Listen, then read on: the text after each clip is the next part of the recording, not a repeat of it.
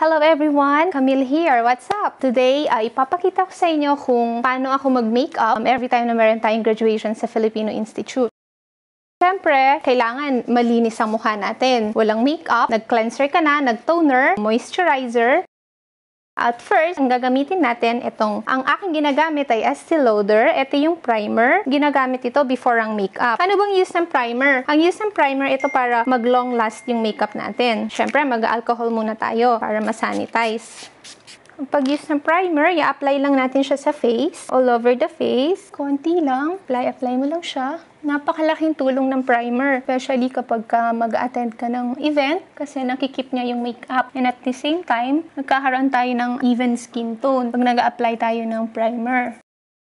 Pwede na tayong mag-start maglagay ng foundation. Depende sa atin kung paano natin i-apply yung makeup. Kanya-kanya tayo ng technique. Ako kasi nag-i-start ako mag-apply ng foundation. Ang ginagamit ko, sponge, or either way, pwede mo rin gamitin yung brush. Since ako kasi nagbe-blend ako ng foundation, gumagamit ako ng liquid, and at the same time, nag-stick foundation din ako. So, nagagamit ako ng sponge at saka ng brush. Minsan kasi, parang ina-experiment mo pagdating sa foundation para makuha mo yung tamang kulay para sa'yo. So, pwede tayong maglagay ng konti dito. And then, i-apply lang natin siya all over the face. Ito palang unang ginamit ko na foundation is yung MAC Pro Longwear Nourishing Waterproof. Bakit ito yung ginamit ko? Kasi, konti lang yung ilalagay mo, parang full coverage na siya. Hindi naman kailangan makapal pag-apply ng foundation as long as na matatakpan na yung buong face mo. So, importante din, syempre, nilalagyan mo na din yung leeg mo kasi sometimes yung damit mo like tube, nakikita yung leeg, syempre para naman even yung skin tone mo, hindi maputi yung mukha, maitim yung leeg. Tapos, pinapatungan ko kasi siya ng stick foundation. Ginagamit ko tong Tom Ford. Konting-konti lang yung ilalagay mo pero makikita mo siyang maganda siya sa ano. Siyempre, gamit yung MAC na brush, yung pang foundation na brush po ang gagamitin natin ha, hindi yung kamay-kamay lang. Okay, ganun lang. Parang papasadahan mo lang siya. Then, yung next naman, loose powder. Napaka-importante nito sa makeup, especially after mong mag-foundation. Kasi ito yung nagsiset ng foundation. Marami pong iba't ibang klase ng loose powder, pero ito ay isa sa aking favorite. Ito yung Shiseido loose powder nila. Best seller to ng Shiseido. By the way, apply mo lang siya all over ng face mo.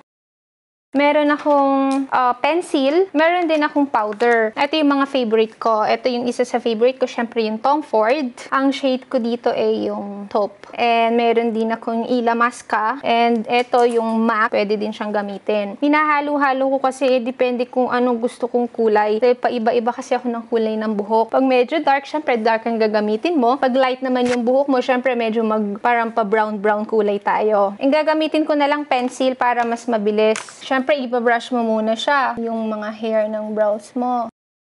Ito ang aking favorite na eyeshadow from Huda Beauty. Ayan, yung kanilang nude palette.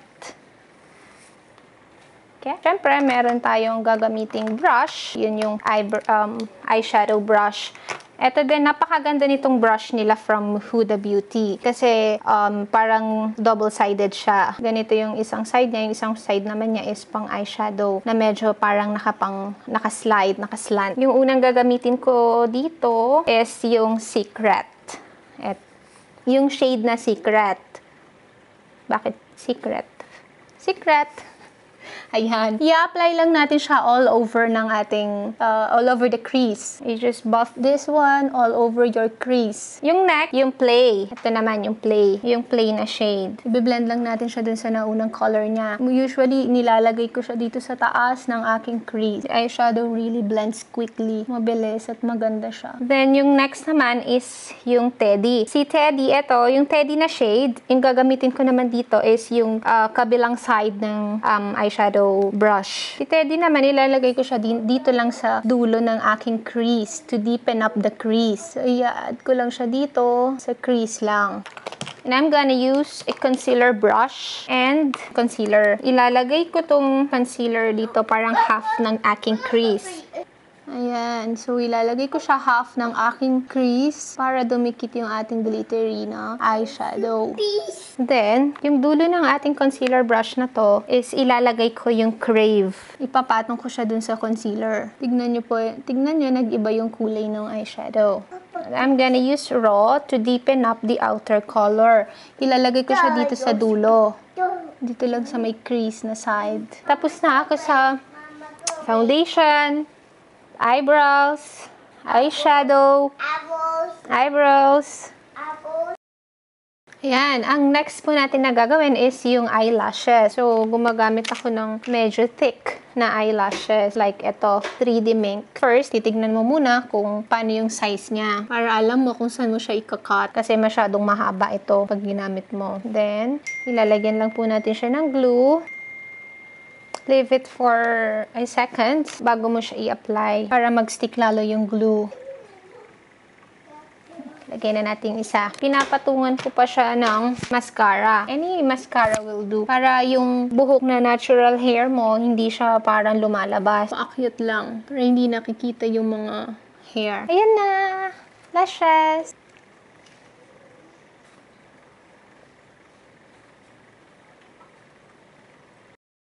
After ko naglagay kanina ng loose powder, ngayon maglalagay naman ako ng powder na all over my face. Anong ginagamit ko sa powder ko? Meron akong MAC, yung Studio Fix, and meron din ako na itong Chanel. So, pinaghahalo ko lang din siya kasi yung Chanel medyo light, yung MAC naman medyo dark. Meron akong medyo dark na color. So, pinaghahalo ko. So, unahin ko muna yung Chanel. Siyempre, pag naglalagay ka ng powder, ay lagyan mo na rin yung leeg mo para pantay yung kulay ng leeg at yung mukha mo. Pinapatong ko lang siya.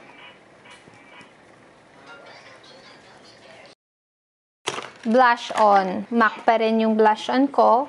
Then, yung highlighter ko is MAC pa din. So, mahilig kasi ako sa parang coral na color. So, medyo coral yung kulay ng aking blush on. Yan. Then, lalagay ko tong highlighter. Meron siyang bronze na color yung etong sa dulo. Ang lagi kong nilalagay lang is itong dalawa. So, ito yung parang tip ng brush. Ito yung ginagamit ko. Sa taas lang kung saan mo nilagay yung blush on. Ito ang aking lipstick. One of my favorite, itong Huda Beauty lipstick. Matte siya and icon. Since ako lang naman gumagamit ng lipstick na to, so gagamitin ko na yung brush. Okay, ready na for photo shoot.